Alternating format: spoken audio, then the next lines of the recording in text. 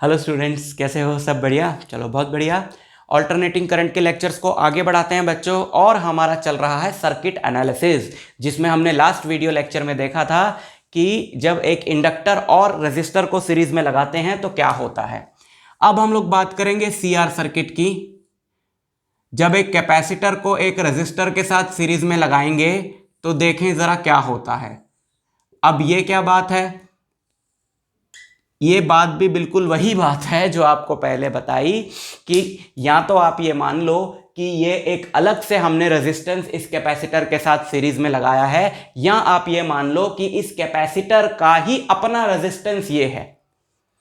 जब हमने पिछली बार जो सर्किट पढ़ा वो प्योरली कैपेसिटिव सर्किट था, जिसमें हमने उस कैपेसिटर का रेजिस्टेंस इग्नोर कर दिया था। देखो, कैपेसिटर की मेटालिक प्लेट्स है तो उनका अपना रेजिस्टेंस होगा, तो अगर हम उस रेजिस्टेंस को भी कंसीडर कर लें साथ में तो हमारा जो बनता है सर्किट वो ये सीआर सर्किट होता है। ठीक, तो यहां पर मान लो हमने यहां पर एक वोल्टेज सोर्स अप्लाई किया, E equal to E not sine omega t. उसकी वजह से यहां पर हमारा VC है और यहां VR है वोल्टेज, बट करंट क्या रहेगा? दोनों में सेम रहेगा, I C R। कैपेसिटर में आप जानते हो कि वोल्टेज जो है वो लैग करता है करंट से, और रेजिस्टर में वोल्टेज और करंट जो रहते हैं वो सेम फेज में रहते हैं। तो बिल्कुल सब कुछ सेम है। अब जितनी डेरिवेशन चलती आ रही सब कुछ सेम है, काफी कुछ सेम है। मतलब तो जल्दी जल्दी इसको खत्म करते हैं ना। अगर इन दोनों को हम कंबाइन कर दें डायग्राम्स को तो बच्चों ये बनेगा I, ये VR और ये हमारा रहेगा VC। इन दोनों के लिए रिजल्टेंट निकालें इन दोनों का, तो नेट वोल्टेज आएगी हमारे पास इस तरफ। क्यों रिजल्टेंट निकालना है? ये तो स्केलर क्वांटिटीज हैं, तो इस बात को अच्छे से काफी बार समझाया जा चुका है, तो इस लेक्चर के लिए इसे स्किप कर देते हैं। तो V क्या आएगा? By Pythagoras theorem VR square plus VC square, net instantaneous voltage. किसी भी टाइम पे इसके अक्रॉस वोल्टेज VC है, इसके अक्रॉस वोल्टेज VR है, तो नेट वोल्टेज क्या होगी? ये VR क्या होता है आप जानते हैं, VR होता है I इंटू आर। VC क्या होता है वो भी आप जानते हैं, ये होता है I इंटू XC। ये वैल्यूज यहां पर पुट करें, बहुत ही मिलता जुलता सा डेरिवेशन है।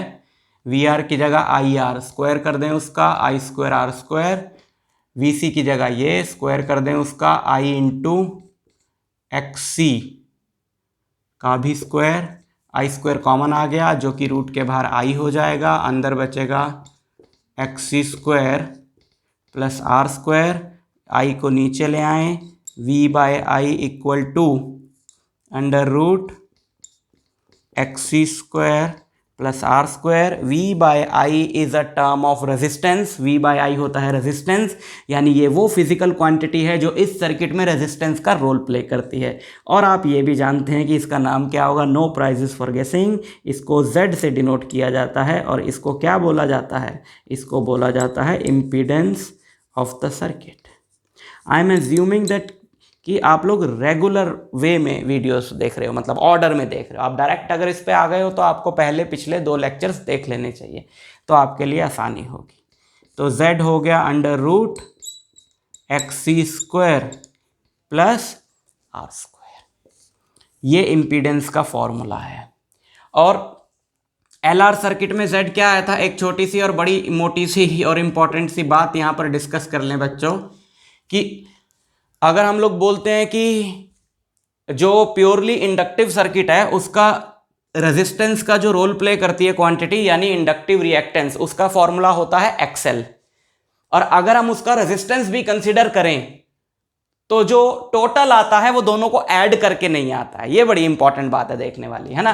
जब प्योरली इंडक्टिव सर्किट पढ़ाया था तो हो सकता है कुछ बच्चों के दिमाग में ये बात आई हो कि अच्छा ये तो इसका रेजिस्टेंस, ये सिर्फ इंडक्टर का जो रेजिस्टेंस का रोल प्ले करती है क्वांटिटी वो है, और अगर हम उसका रेजिस्टेंस भी कंसिडर करते हैं तो शायद ये बन जाएगा टोटल रेजिस्टेंस। नहीं, अगर हम उसका रेजिस्टेंस भी कंसिडर करते हैं तो नेट रेजिस्टेंस जो बनता है वो ये बनता है। और कैपेसिटिव सर्किट में भी ये बनता है। XC प्लस R मत कर देना, XL प्लस R मत कर देना टोटल रेजिस्टेंस निकालने के लिए। अगर कैपेसिटर और इंडक्टर का रेजिस्टेंस भी कंसिडर किया जाता है तो नेट रेजिस्टेंस ये आता है which is called impedance, not net resistance. ठीक है, अच्छा ये है V और I के बीच में phase angle, so tan phi कितना होगा, tan फाई होगा this is what VC by VR, tan phi phase यहाँ पे हम लोग निकालेंगे यहाँ से, फाई होगा tan inverse VC which is I into XC, VR is I into R, I से I कट गया, फाई होगा tan inverse XC by R। ठीक, impedance triangle,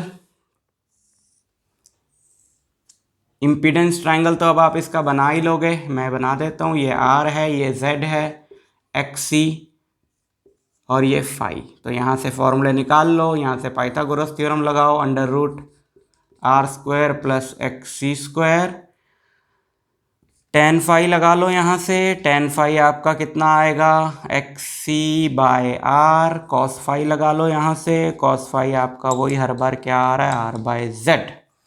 So this is the circuit containing C and R which is a very very very important circuit। In derivations को भी आप prepare कर लेना। PDF notes कहाँ से लेने हैं आपको पता ही है, www.meastudyhub.com पे और भी काफ़ी मटेरियल आपके लिए अवेलेबल है, तो आप वहाँ पर जाकर उसे देख सकते हैं। और www.mandeepeducationacademy.com पे भी बहुत कुछ अवेलेबल है। लगे हुए हैं बच्चों आपकी हेल्प करने के लिए, तो आप बस पढ़ाई करिए, पढ़ाई पे फोकस रखिए और खूब सारी मेहनत करिए। मैं आपसे मिलूंगा नेक्स्ट वीडियो लेक्चर में इसके अगले टॉपिक के साथ, तब तक के लिए ऑल द बेस्ट।